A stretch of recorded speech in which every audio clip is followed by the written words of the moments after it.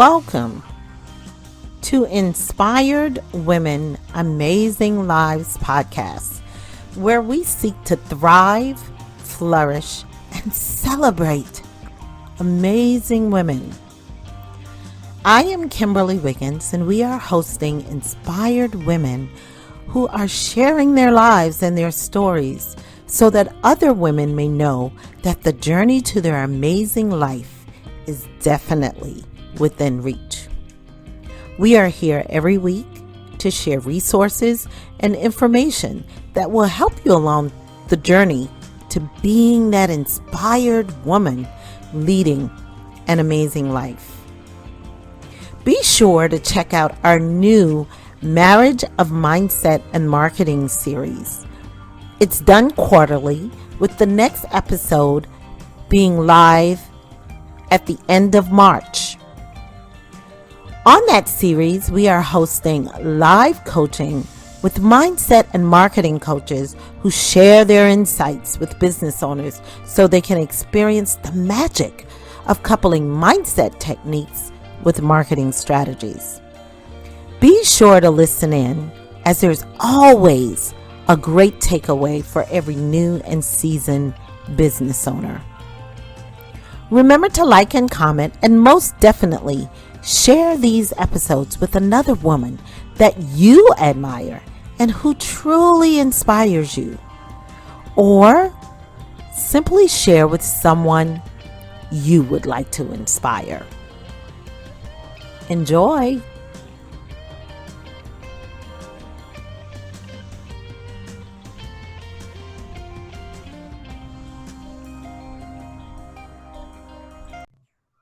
Welcome to Inspired Women Amazing Lives podcast, where we seek to inspire women to thrive, flourish, and create their lives on their own terms. And I have an amazing guest for you today. Ms. Dawn Kennedy is with us, and Dawn does something pretty unique to me. Dawn is an attorney, a financial coach, and a serial entrepreneur who's passionate about helping small businesses thrive in the face of unexpected market changes by ensuring there is a plan to protect financial milestones as the company grows. She learned some tough financial lessons with UNEQ Consulting, LLC, which is a six-figure consulting business she ran with her husband, Mike. Welcome, Dawn. Hi, how are you, Kim? Awesome. So I'll have you to share your story, then I'll tell my audience why I think what you do is so unique. Go ahead. Well, I appreciate that. Thanks. So my story actually started with that six-figure entrepreneurial consulting company that my husband and I were part of back in 2011. It started, and we were doing really well. Now, we were in a very tight niche, so we had a very small circle of people we worked with, but it kept us in contract, and we did great. So what happened on November 1st, 2013 is what's changed everything in our lives. We probably would have stayed doing the consulting and the things that we were doing if it wasn't for that night. So my husband was 18 feet off the ground on a ladder, basically taking care of some stuff for work because we had some testing we were doing the next day, and he fell head first onto concrete.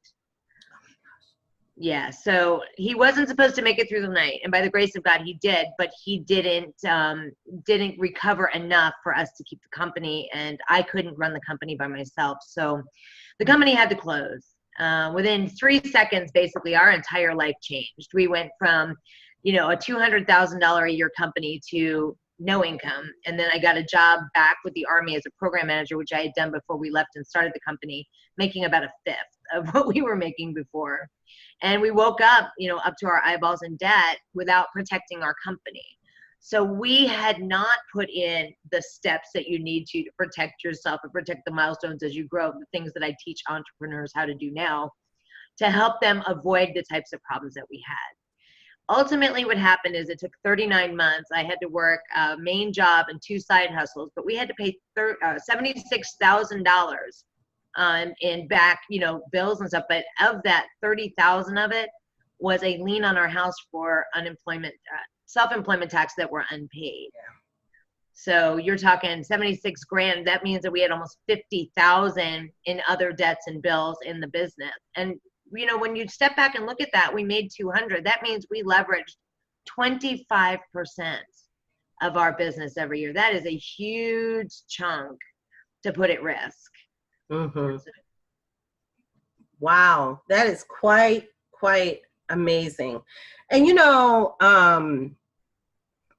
life does not really ask permission for it to change for you. Like you said, in 3 seconds, your life changed.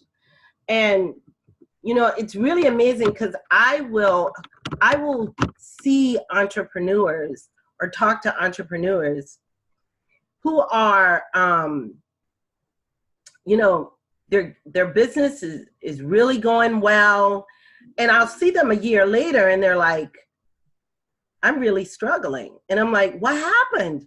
You know, last time I spoke to you, things were going really well. You were making consistent income. And they'll say things to me like, it only takes a few bad months of marketing to dry up that pipeline. Right.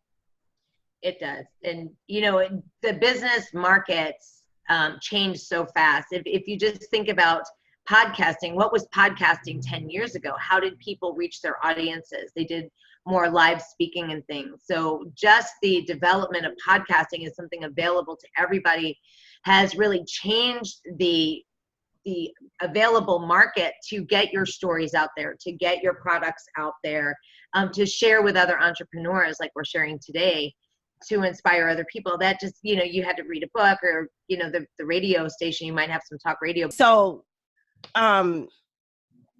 you know, I know that what you teach, what I say about what you teach is so unique as this. Why I think it's so unique.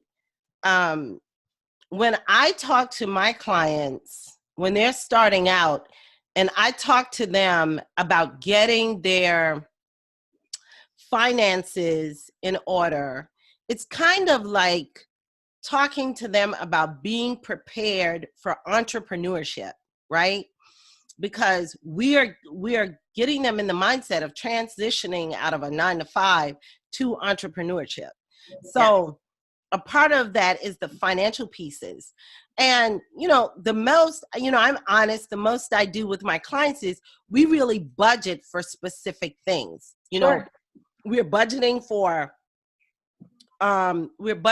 them to be able to have a small nest egg. And I usually do about 2 months of their salary.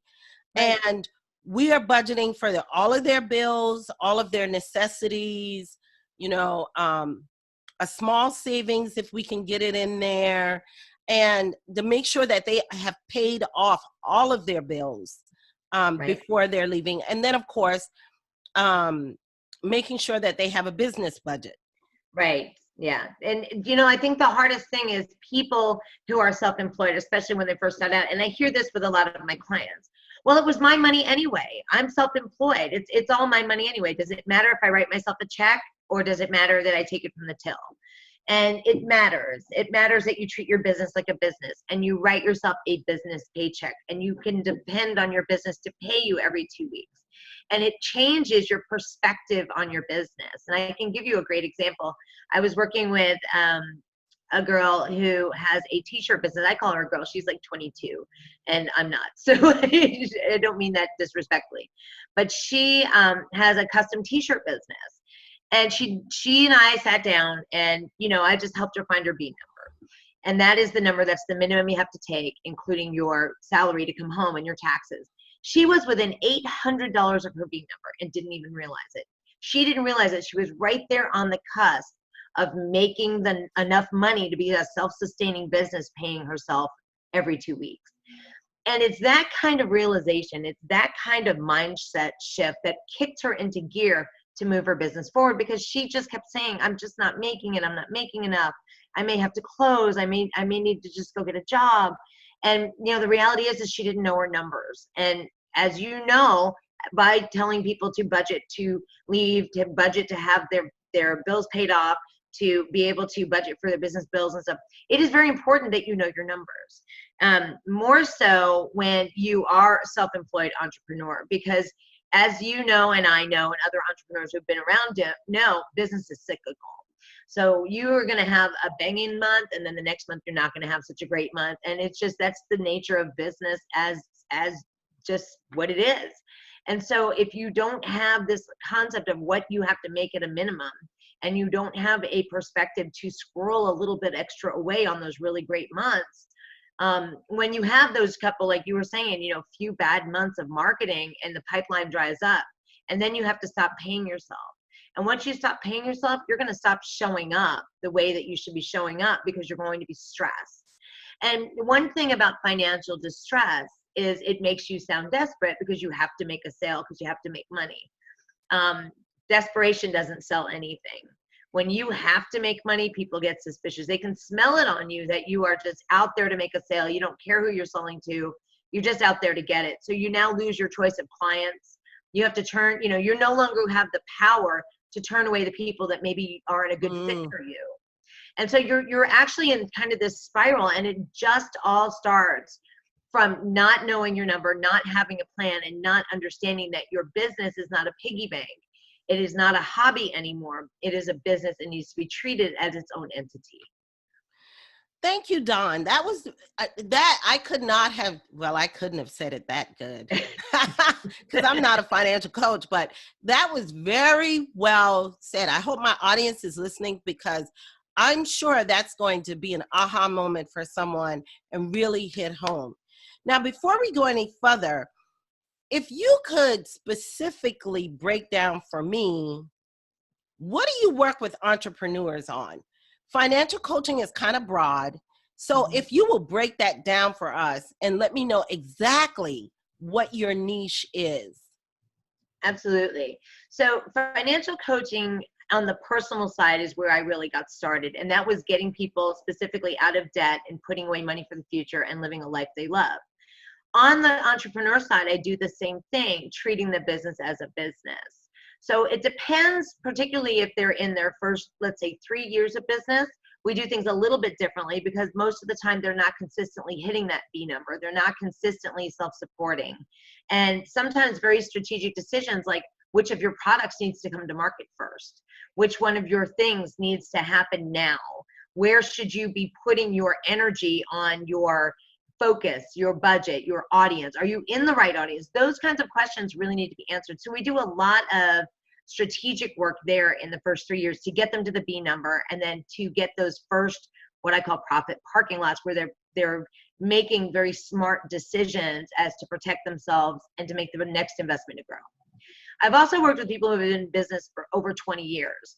And most of the time, what's going on is they've had those couple of bad months. And at this point, they're very nervous. And most of the time, they don't either have a system in place, or the system that they have in place, they just don't use. They don't like it. I'm not going to slam any one company, but I do have somebody I work with who, you know, had QuickBooks, and she had all the things set up, and she actually used that to beat herself up. I don't know why I'm not using it. I have this. I don't understand why I can't do this. I hate this. And that just made her relationship with her business money very adversarial, almost like the enemy, to have to sit down and pay the bills. And when you have that kind of adversarial thing, you don't give it the respect and the time that it deserves. Because, you know, I believe in abundance, and I believe that you treat money with respect. And even though it is a tool, and only a tool, it is something that you receive in exchange for what you do. And it's something that you should take care of. So from there, when I'm working with somebody who has this adversarial, we have to change that behavior, number one. And I'll still help them do the same things I help a baby entrepreneur. And we'll put in what I have, a 5-step money management system called IPSCA. And all it stands for is we identify, we plan, we secure, we track, and then we adjust. And so there's actually some plans, and I'll teach them how to do a spending plan every month. We don't use the B word, the budget word, because people tend to think that that's so restrictive. Actually, we do a spending plan. They do. Yeah, they do. So I just want, you know, here's your permission to spend. Let's tell your money where it's going to work for you this month. And you give every single dollar a job. So as money is flowing to you, you're being very intentional with it. I Mm-hmm. encourage people to take things off auto pay, for example, and make the time to sit down and pay so that they are in control of that income. Now, I want to caution people, though, I'm not an accountant and I don't do any accounting. I have my own accountant and a bookkeeper. What Mm-hmm. I do is I literally manage the money that comes in the door as my income, and I decide who gets paid, how much, and when. And that allows me to also keep control of my cash flow, especially in those tighter months. And sometimes people have kind of a hard time with things, like they're going to pay, for example, a business credit card, and somebody's late paying an invoice, and they're doing it so they don't get a $39 fee. But they forget to pay their water, or they choose not to pay their water bill because they know that they're going to get this late fee. The problem is when you do that, guess what? You now have no water, and now there's a whole reconnect fee and stuff. So Yes. I also teach people how to prioritize individually for their own unique business and how to make those critical decisions when you do have a down month. And this is part of that whole protecting yourself. So an emergency fund, like you were talking about, would you have clients budget for a couple of months? An emergency fund is the same type of deal, but when do you go into it? And there's those kinds of behavioral shifts and perspective changes that you need to have towards your business. And finally, in businesses that have been around for a while, if they are really struggling, we'll look at potentially doing a pivot.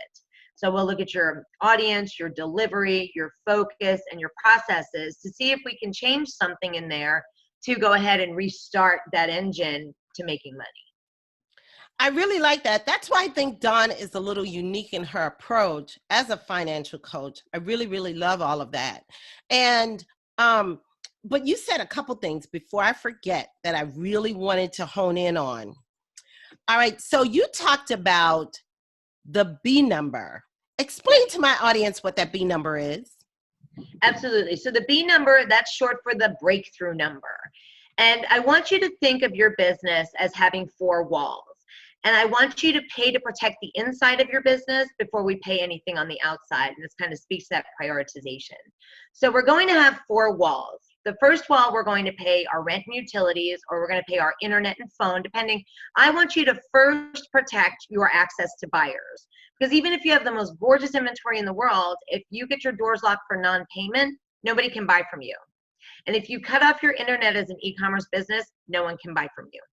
So the first wall is to protect that. The second wall is your critical operating expenses. Do you have specific software you need to use as a graphic designer?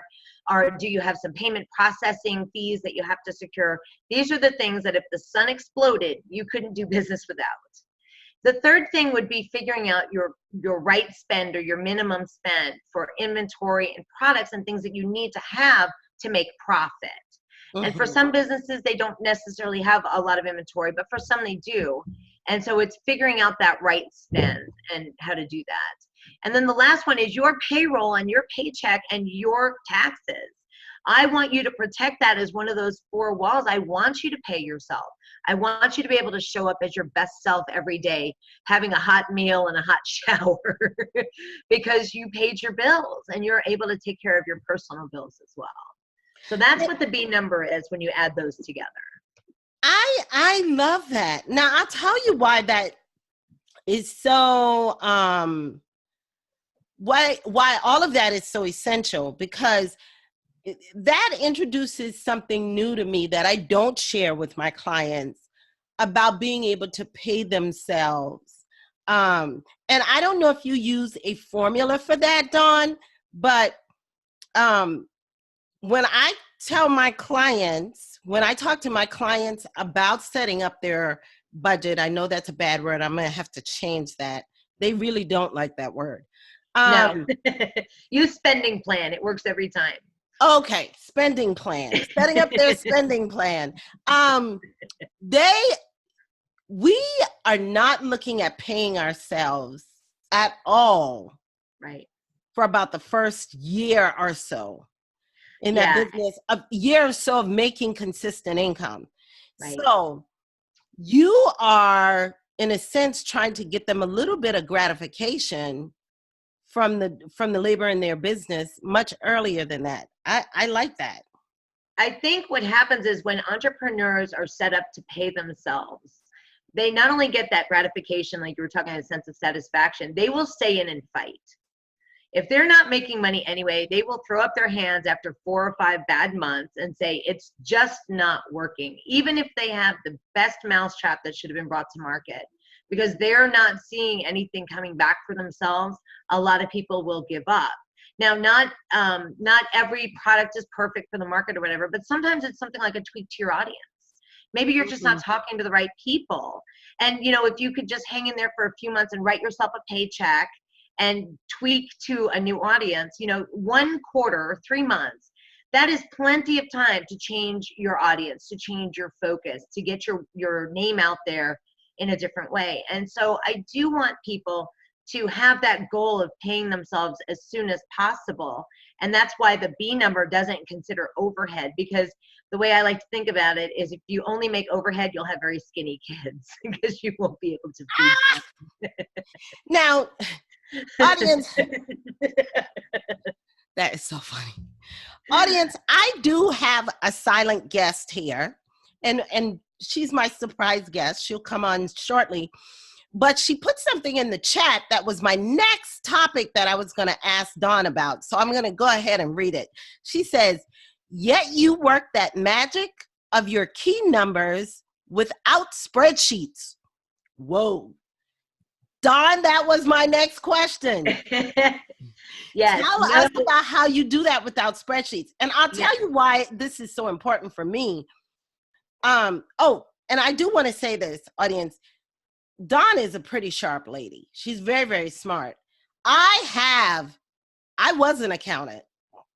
I graduated from college, 4 years in accounting, did my CPA in the state of South Carolina, and I was an accountant and did it for about 10 years and didn't like it.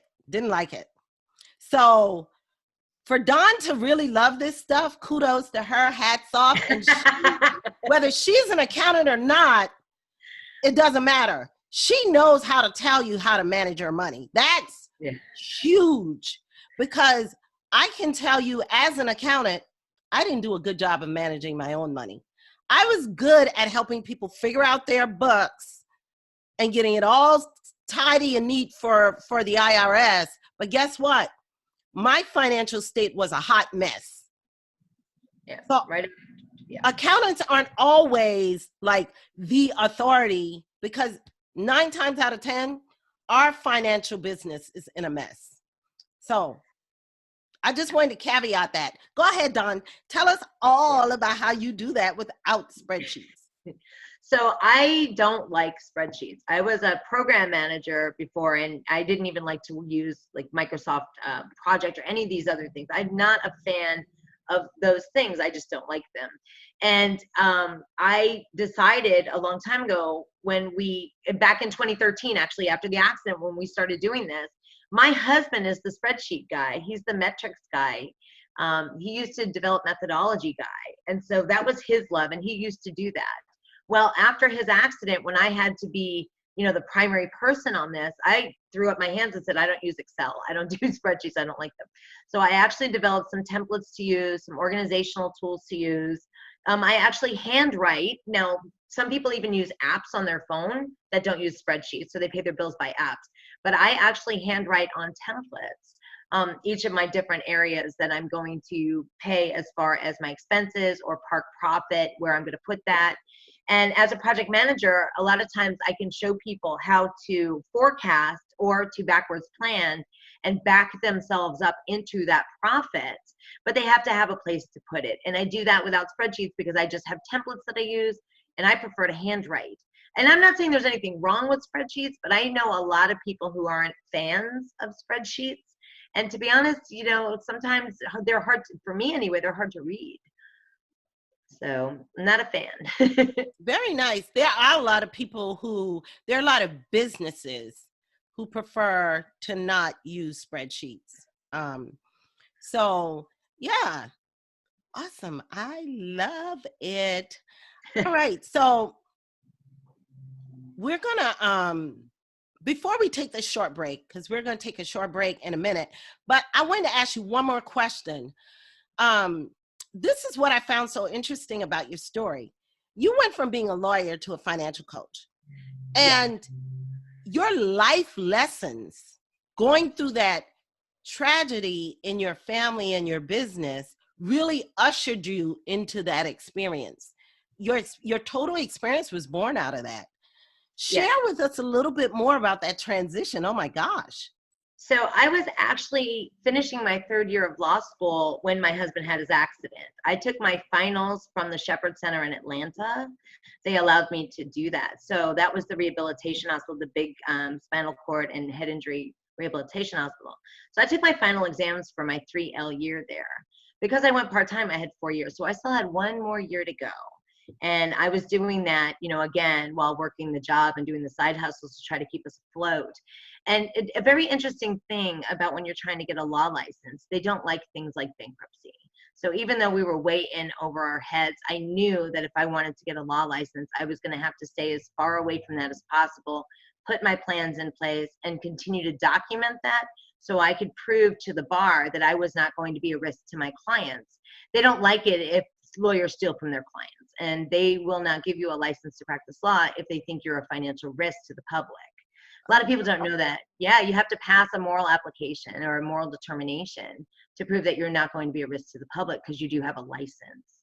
So I finished my 4th year, and based on our experiences dealing with the collectors, dealing with the medical bills, dealing with, fighting with the insurance company because they used an out-of-network ambulance to take my husband somewhere and they didn't want to pay for it. I mean, just all of those things. I learned so much about consumer law, and I wanted to become an advocate for other people who were facing collectors and things. So when I first became an attorney, I actually became an advocate, and it was an advocate for the Fair Debt Collection Practices Act and the Fair Credit Reporting Act, and all of these things relating to consumer bills and consumer debt. A financial coach, I took that training after as a consumer law attorney because I also wanted to help families recovering from that Nice. be able to have a plan to move forward, to be able to weigh, their decisions and what they're going to do and what would be best for their families, and help them get plans to get out of debt, typically faster than a Chapter 13 bankruptcy, which is 5 years. A lot of times people can get out in, 18 to 30 months. So they don't need to go that route. But I needed that training as well to learn how to put those systems in place. Well, as it turns out, like you said, it's all bore out of experience. Our story, I would tell people that, it's like, look, I'm not just some attorney trying to tell you what to do. I've done it myself. I've been here myself, and we continue to do that. And almost everyone I started working with, they were entrepreneurs and they had businesses. Wow. And what happened is I had to help them shore up their business before I could help shore up their personal income, because they weren't paying themselves every 2 weeks. So how do you budget for your household? How do you protect your house 4 walls, which are, again, your rent, utilities, your food necessarily, and your transportation? How can you do that if you don't even know when you're going to pay yourself next? So I started going in and changing businesses around and using the 4 walls formula from Dave Ramsey. Actually, I'm a Ramsey coach. That is what grew into the B number, which is the 4 walls for business. And I developed that over my years of coaching small businesses. So it all came out of that accident, or else I'd probably be doing something else. Wow. That's pretty amazing. What I wanted my audience to really hear in that is that you have gifts and abilities that sometimes you don't even realize that you have. But when you see them, like Dawn was being challenged to really help people with their finances, you recognize them, and you have to be bold enough to step into that place and say, you know what? Hey, this is what I'm doing. Yes. Regardless, Dawn could have been like, oh my, I went to school to be a lawyer. I'm not helping you with your finances that way, but Dawn really saw what her customers wanted. She saw a problem. There was a need. She figured out how she was going to solve that problem. And so her audience kind of found her, it sounds like. Yeah. When So you step into your purpose, I think you get given confirmation over and over. yes, absolutely. Thank you for that, Dawn. All right, so we're going to take a short break here for a commercial, and we will be right back. And when we return, Dawn is going to talk about her journey some more, and then we have a surprise guest because there's something special that she's going to help Dawn with. We'll be right back. Are you sick and tired of making plans that never get finished? Hey, Kimberly Wiggins with Inspired Women Amazing Lives here. When you look back and see so many unfinished projects, do you wonder if the future will ever be different? Newsflash: same actions will get you same results. Now, I know you are amazing at starting. Now you just have to get as good at finishing. Eh? You with me? Are you ready to move from starter to finisher? I'm offering the opportunity to finish off your year or start a new one like never before so you can look back and finally see the results you really want. Not another year of woulda, shoulda, coulda. If you're willing to devote yourself to at least 10 hours of nose to the grindstone, laser beam focused, butt kicking action to your business dreams, I stand ready to provide you with the kind of radical support that will make all the difference. Check out my 30-day dash radical accountability program at inspiredwomenamazinglives.com. That's my 30-day dash. Let's shift things for your life and business. Mention that you heard this ad on my podcast for 50% off. Yes, 50% off the 30-day dash radical accountability program. Welcome back. So, Dawn and I talked about something really special prior to the show. We talked about her transitioning from a offline business to an online business. And Dawn has, and I'm sure audience, many of you can relate to this. Dawn said she had some specific challenges in doing that, right? Oh, So, absolutely. yes. So I brought on a very good friend of mine, Jennifer Burke, who is a marketing coach. Hey, Jennifer. Hey, Kimberly. Surprise!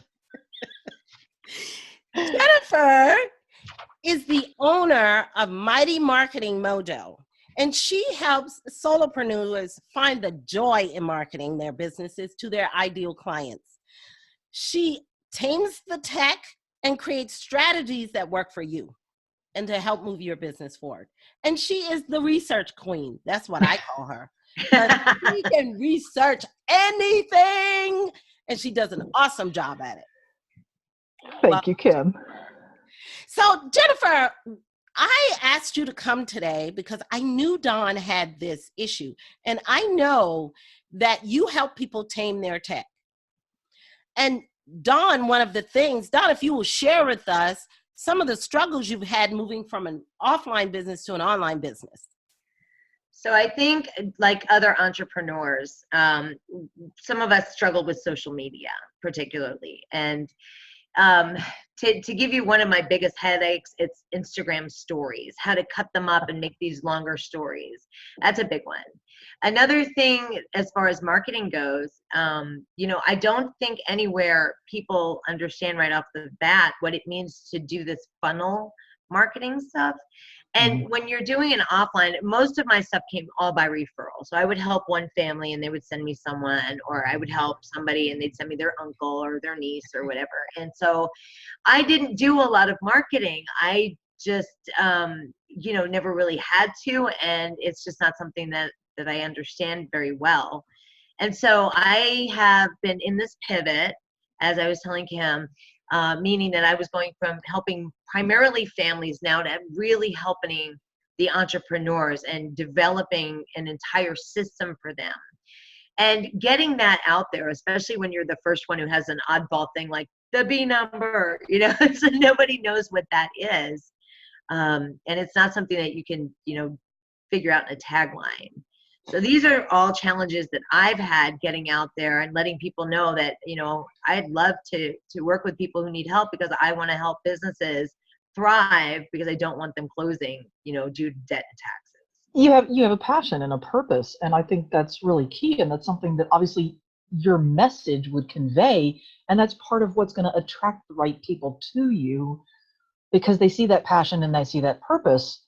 More importantly, they're going to need to see results, and you have results. You have experience to show to them. Yeah. Okay. So I will say that when Kim said, "Hey, surprise guest time," I'm like, all in.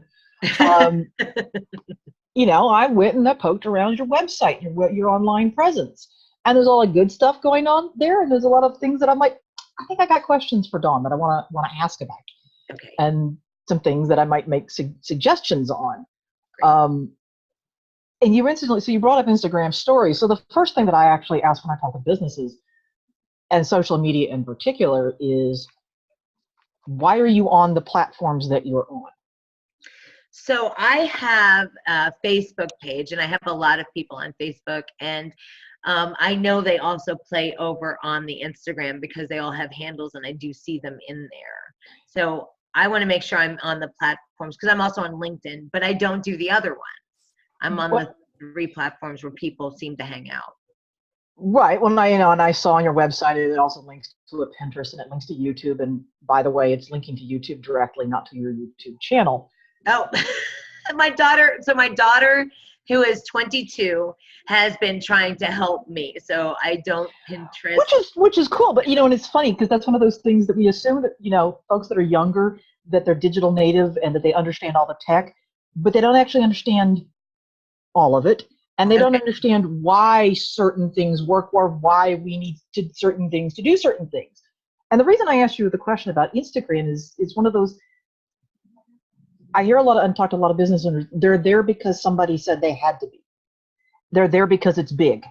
They're there because everybody seems like they're there. Yeah. But the question is your audience there? But more importantly, do they want to hear from you there? Do they want to interact with you there?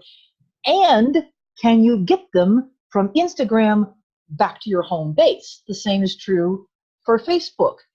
And I think there's a lot of businesses now coaching, and certainly if you were talking to families and if you talked and you did a lot of financial coaching with young moms and women and small kids, yeah, I could completely see, Instagram might work really well, and Instagram can work really well for certain business coaches. But to be there just because it's big and everybody's there isn't a strategy. And that's what leads to that cycle where we're running around thinking, am I here? Am I there? What am I going to say? How am I going to cut the story? What am I going to post? The first thing is to push back a little bit. And maybe the answer is that you do need to be there.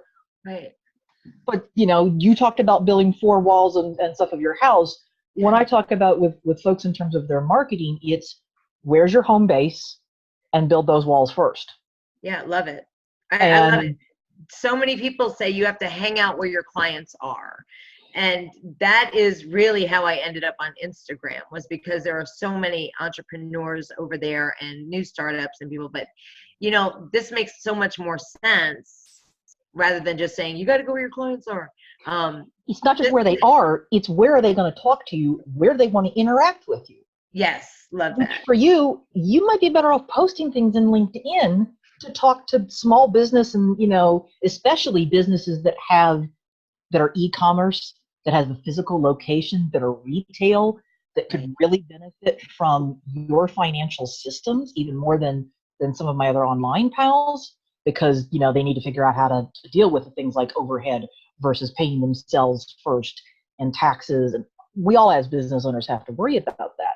Right. But, you might scale back your Instagram presence. Okay. And instead, you might take 90 days and see, all right, if we published more of our content on LinkedIn and we used the tags and we were active in the groups for entrepreneurs there, would that make a difference? And just because folks are hanging out on Instagram, and I see this with, I also work another business in nonprofits, and they're there, but they're not getting, they have poor calls to action. They're not getting them back to, to donate. If you're a pet cause, brilliant. You're going to grab in the donations. You're a health and lifestyle coach, great. But, some of the other nonprofits they're like, well, I'm here, but people they just like the pretty pictures. They don't actually do anything. Got it. And, while we were talking houses and foundations, social media changes. I joked in a presentation recently that Facebook's probably changing their algorithm while we're sitting here talking right now. And it's a fact of life, and we roll with it. But we have to build our business on a solid foundation, and that's our own websites. Okay. Our own websites and our own email lists. And you may have already heard this in talking with other business owners, and from your background in it, is that an email list is an actual business asset. Okay. This is something that especially, a retail business, an e-commerce business, somebody's building a business as a legacy that they want to turn around potentially to have valued and to sell or to turn over in a family. Their list of customers is something that can actually be valued. Right. And so that was one of the things I poked around on your site. I'm like, all right, cool. She's got an email list. She's got calls to action. You've got your software that's scheduling things. But then I'm like, but all of it's going on all at the same time. Right. Right. So my question for you is, what do you want your priority to be on your home base, on your website? And or do you know your marketing numbers? So we'll call it the M number. You got a D number, I got an M number. I love that. We can tell Kim later, I just came up with this. So that's things like how many, what's your conversion rate on emails, for the sign up, or more importantly, I saw that you have all over your website to schedule a free call with you. So the question I'd ask there is, what's the conversion rate on that? How many people take you up on that free call? And once you get them on the free call, how many do you close? Because if that's a high number and that's a really big percentage, then you'd focus there and then get them on your email list. Got it. But my first thought for example, when I was looking at your website is, I didn't know what you wanted me to do. And that while the email guide was first, you didn't tell me enough information about why I really needed that guide. But then all of the other calls to action and the buttons on the page were about the free consult, the correct call. I'm like, well, so I don't know which one to choose. And if we don't know what to choose, we don't choose nothing. Anything. Right. I got that. You know what? I'd never thought of it that way. I was doing basically what the template was telling me to do. Right. And just like, sometimes the templates that you have to work through in terms of financial planning and spending work, sometimes templates work great for us in terms of marketing. They are great shortcuts. Love me some templates. But sometimes they don't fit our business style. Sure. Or your way of working. And for example, I know a couple of solopreneurs and their coaches or consultants, and they are not like me. They are great on the phone. And if they can get somebody on a phone call, I had one of them tell me once she closes 75% of phone calls. Nice. I'm like, that is awesome. You got to do whatever you can do to get somebody on a phone call with you then. Right. Do more of what works rather than more of more. Right. That said, I do still think you need to build your email list. Yes. And I think you've got a free guide, you've got a free gift, which is excellent. I'm just still not sure why I want it or why I need it. So part of that's maybe some digging deeper into how do we sexy that up, and what's the headline? What's the call to action? How do we show them that this is going to give them the first step to understanding their B number? But more importantly, we have to answer the eternal marketing question. What's in it for me. Right. And, that would be the one thought I'd have you to leave with when you're thinking about, I looked at your workshop page, I looked at some of the rest of what was on your homepage, that we get into the details of, okay, you're going to have a process and you get this and you get this many calls, and we're going to talk about, I organize your finances. And all of that is true, but none of that is why I actually really need you. Right. I need you so that I don't lose my house because I didn't pay my taxes. Right. I need the what's in it for me factor. And, I think you, to some degree, you need to push those pain points on the money and tell your story about, you don't want to wind up like we did where we lost the business because of blank. Right. Good news is we climbed out, we built this, I did this, but, they need to know, and hit them on that, hit them on this is what can happen if you don't take care of your B number. And this is the really great things that can happen when you pay yourself first. And I wrote down, the fact that they can feel good, they feel better about their business, they're excited, and they don't give up too soon. Right. All of that seems like that message that you were sharing with Kim, that's the kind of language that I want to see in your marketing, in your message, on your site. Okay. Another quick tip, you said that you've got great videos, and I asked if they were on the website. And it's great that you're building up and you've got the videos on Facebook. Repurpose them. Okay. Get them out of Facebook and get them onto YouTube. YouTube is the world's second largest search engine. Okay. If you need help with that, good news, I created a course that shows how to do that. Awesome. And it's going to be on sale next week. So there's that. And I think part of that gets to, I understand funnels, big word. I actually don't use the funnel word. Okay. When I talk with clients, I use other, kind of like you don't use the budget word. Right. I prefer to talk about customer life cycles. Oh, I like that. It's a circle, not a funnel. Funnels imply there's only one way in and one way out. Right. Think about the triangle. I actually did a Facebook Live at one point where I literally sat in my kitchen with a funnel and explained this. A life cycle is a circle. There's a lot more touch points where somebody can come in contact with you when you're thinking about a circle and a cycle, which means that you're going to hit business owners at different stages of need. And it plays more to where word of mouth comes in. We can make word of mouth more systemic. We can make word of mouth more of a repeatable, consistent thing. It means that you're going to have content and blog posts that touch the person that has no idea, they are new, and the concept of paying themselves first is so radical. Right. And you explain that to them, and then you've got content that's going to be like, okay, what's that next step they're taking with you? They're aware they need to pay themselves first, but how does your system really help them do that? And maybe it's a video explaining, radical notion, you can do this without spreadsheets, and every photographer is going to love you forever. I didn't even think about how radical that was. It grew literally out of the fact that I just don't like it. I'm a words and pictures person. It's funny that you mentioned this because I asked my husband the other day, he's working from home, he's got his laptop open and there's Excel, like multiple things everywhere. I said, which one of the apps do you wind up spending most of your day in? Right.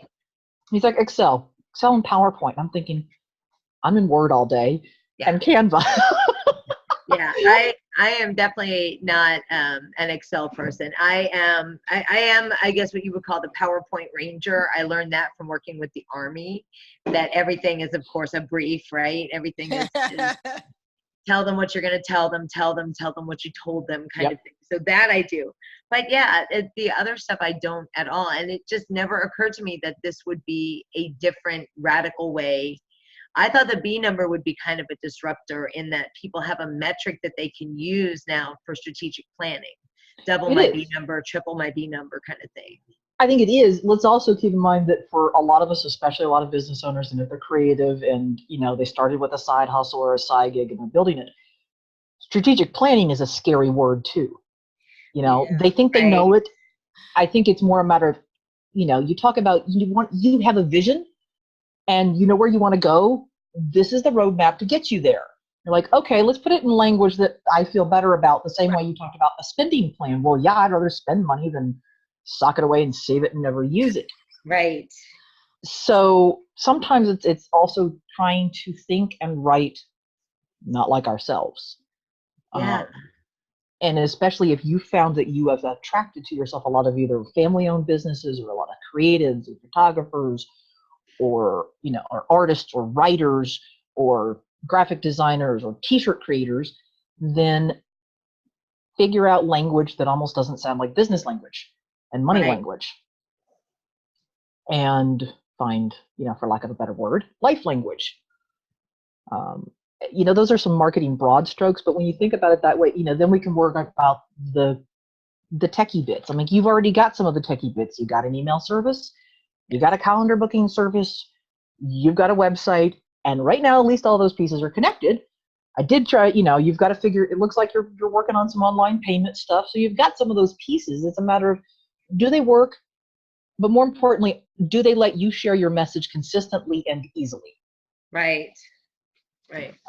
And that may be also going back to your first point about maybe we dial back to social media and you use the social media to teach and to train and to have a touch point, but also getting them back to your site, to those calls or the email list, whichever one of those is something that's converting for you, where you're building a community you can control and own. Right. Then, in your language, business assets. Right. Yeah. Love that. Now, Dawn, you see why I so love Jennifer. Yes. When you and I talked, I told you about this thing she does where she calls, you just pay this one fee and sit with her for like an hour and borrow her brain. I just wish I could screw her head off and take that brain out and stick it on mine. I know, Jennifer, that's gross, right? But Oh, I love she it. is so fabulous. I was in a group with her recently, and a group that we're in all the time. And I'm going to tell you about that group. That is a great group of people. And I had a question about Instagram versus Pinterest. And she said, I'll find out that research for you. And sure enough, 5 minutes later, she had it there. I was like, whoa, I love that. Oh, wow. Fantastic. Yeah. It's funny. So it's what we're all talking about, the fact that all of us started as something else and we pivot. Yes. And we keep pivoting.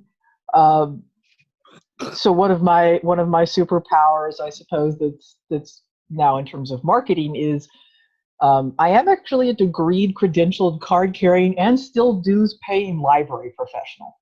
Wow. So as I joke, I have a master's degree in finding shit online. So There you go. There you go. And I don't do market research. I research marketing, mostly because I do it, I love it, and I want my fellow solopreneur pals to not have to spend their time doing it. Sure. You've got other better uses of your own superpowers. Yeah. Go do that.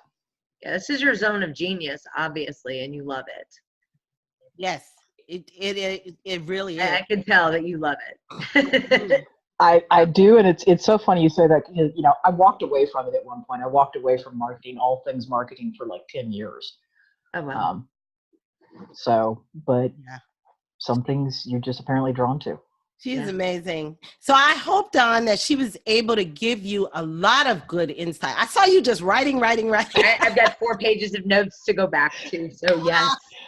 Love it. I told Kim, I sometimes I apologize. I get really excited, and it's just like the fire hose of information comes out. So you might have to like dry yourself off and then figure out, all right, what do I want to zero in on? Yeah, no, these are some great questions to ask too, and some metrics to go back to. We finally got Google Analytics on the website after 2 months because I didn't know how important it was. Mm-hmm. So what you don't know is what you don't know. Right. And there's even things there where if you haven't set up goal tracking, then great, you've got a partial picture, but not the full picture. It's why I have other tools added on the back end of my websites. Sure. to dig deeper, because Google Analytics is sometimes like, I don't know what I'm looking at here, and I Right. use other tools to know what my conversion rate is on, an opt-in, or I want to run a test and I want to test 3 different potential ways to get people to get on my email list. Right. And so I'll use a tool that'll do that and run it for me and then say, okay, here's the data. Believe it or not, people like the pop-up better than they like the other thing. Huh. Okay. So there are tools that go along with Google Analytics. You need a number that makes sense for you, and then a number that you can take action on. And Right. I feel like sometimes, Google Analytics will give you numbers. If you don't understand them well enough to make a change based on it, it's not a useful metric. Sure. I'd rather you look at one other number if that's a number that you can say, oh, I can now do something differently for the next 30 days to see if I can change something. Sure. Sure. So Yeah. sometimes that means a different tool. Sometimes it means just looking at the same tool differently. Yeah. Yeah. Love that. Thank you so much. Yeah, that is great. Google Analytics is one. Yeah, it's when I look at it, I'm like, what am I looking at here? So I just need to, I had to learn how to pull out one piece of information I thought was important. But like you said, there are other tools that are probably simpler to use than Google Analytics. There's even some that have made their entire bones on the fact that they literally read Google Analytics and then strip that down and make it simpler. Yeah. I want to say that I've got a plugin running called, I think, Monster Insights, and there's a free version and there's a paid version. And it's taking a look at the same stuff that Google's pulling. It's just that it puts it on a dashboard in my WordPress, and it's only picking here's 3 numbers. Oh, look at these 3 numbers. I want that. And then it's like, then the paid version of it says, okay, we want to dig a little deeper. Here we go. And I'm not having to bump around to different places. Wow. There's a reason why for years I used Jetpack, which is built in to WordPress, because, all right, I just want to know, rank for me which of my pages and my posts are getting the most love and attention. Sure. Because those are the ones I'm going to go back and make sure that they all have email opt-ins on them. Yeah. I'm going to make sure those are the ones that get linked to other things. Yeah. It also tells me something like, oh, here's something else that I wrote. It's evergreen. It's great, but it doesn't give much love. Okay, that one's going to go in the rotation for social sharing because I want more eyeballs on this one. That other post, it gets enough traffic on its own. Mm-hmm. Right. Mm-hmm. I don't need to dive through 6 pages in Google Analytics to be able to find that. Right. Sure. I love that. Thank you. Ladies, we could talk about this all day. All day. But it's time for us to wrap up a little bit. And so, Dawn, I know you have a program that's coming out. And can you share a little bit with us about that one? Sure. So there's a workshop that'll be coming up December 3rd and December 5th. So it's actually 2-part workshop, and it's intentional that way because it's designed to make you take action. So you would do the first part of the workshop where we get you organized. We're going to teach you how to use your B number, not just give it to you, but teach you how to use it. We're going to set up all of your financials, and we're going to make it so you have a repeatable system that you will use and that you will love, and it'll be customized to your business. So the title is Get Your Financial S Word Together. I don't know if I can use the podcast, but it's Get Your Financial Shit Together. That's the name of the program, and that is the one that resonated with everyone who knows me personally, and they're like, oh yeah, that sounds just like you. Because my goal is to get people going into 2020 really confident about making good business decisions, and they're going to be confident because they have their financial ducks in a row. So that'll be coming up. The 3rd and the 5th. Very nice. And Dawn, as we've talked about already, is on Facebook. She has a Facebook group. She is on LinkedIn and Instagram. And I will put all those links in the podcast, on my podcast page. So Great. you'll be able to click on them and find Dawn easily, including her website. Thank you. Dawn has a free gift for you today. She's talked about that a little bit. Can you share just a little bit more about that, Dawn? Sure. So I want everybody in the audience to get their B number. I want you to protect your four walls first. I want you to protect the inside of your business and your house. So if they go to entremoneycoach.com, in that box that says get your number, pay yourself now, you go ahead and you can grab your B number workbook. It's about 7-8 pages. It has all the worksheets in it that you could possibly need to figure out each of your four walls, and you add them together, you'll have your B number. And if they need help with that, they can go to the Facebook page. There's actually an entire course on there called 4 Days to Your B Number that also has some simple things to think about and considerations if you find that your number seems a little high or you're having trouble making it. And also if you're making it consistently and maybe you're not paying yourself enough.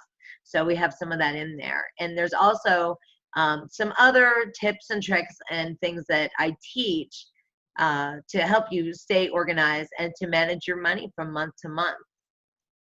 Nice. Very nice. Well, audience, you have had a lot today. You have had a lot of insight into financial coaching, a lot of insight into marketing as well, because Jennifer graced us with her presence. And so this is an episode that you can definitely listen to again and again and again and pick up a lot of tips.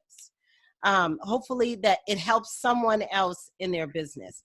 Before we leave, I'd like to get Dawn to give us one action item for my audience that they can use today. One action item. So if you do nothing else with your money, get all of your bills together in one place so that you can sit down and be intentional about paying them. So some people do like to do this in a spreadsheet. I actually have a list. Some people use a notebook. Some people just type it onto a Word document. And I want you to write down these things. I want you to list your expense, who it is and what it's for. And then I want you to write your account number there. I want you to be able to find your account number at the quick, flick of a button rather than having to dig through all of your receipts. Then I want you to put your online information so you can log in and pay your bills. Or if something happens, you can have someone else log in and pay your bills. And then I want you to put your physical address and contact phone numbers. This way here, you're not waiting for the bill to come in the mail next month so that you can figure out what the gas company's phone number is. You're going to have it all in one place and you're going to be completely organized. And this way here, you can just pull out that piece of paper or pull up that spreadsheet every month and just sit down and pay your bills. Or you can have someone else do that, which is very helpful. Let's say you're traveling or something. You don't have to try to remember to do it. You leave the piece of paper there. Somebody can log in and pay your bills for you. Very nice. And Jennifer was typing in the chat as you were saying that and giving some application suggestions for those who like apps like Trello, using a Trello board, or LastPass. So yes. Very, very nice. Audience, I feel so full today. Thank you, Dawn. Thank you, Jennifer. Thank you so much. Yes. Thank you, Kimberly. You are welcome. Audience, thank you for joining us. And remember, you are an inspired woman and you are going to live, if you're not already living an amazing life. So that's right. Just keep focused on that. We'll see you next time. Bye. Bye. Thank you for joining me for this episode of Inspired Women Amazing Lives podcast, where we help women to be truly inspired to live their most amazing lives. Please subscribe to the podcast to be notified of new content each and every week. Please like, comment, and share with the woman who inspires you most or someone you would like to inspire. See you on the next episode. Goodbye.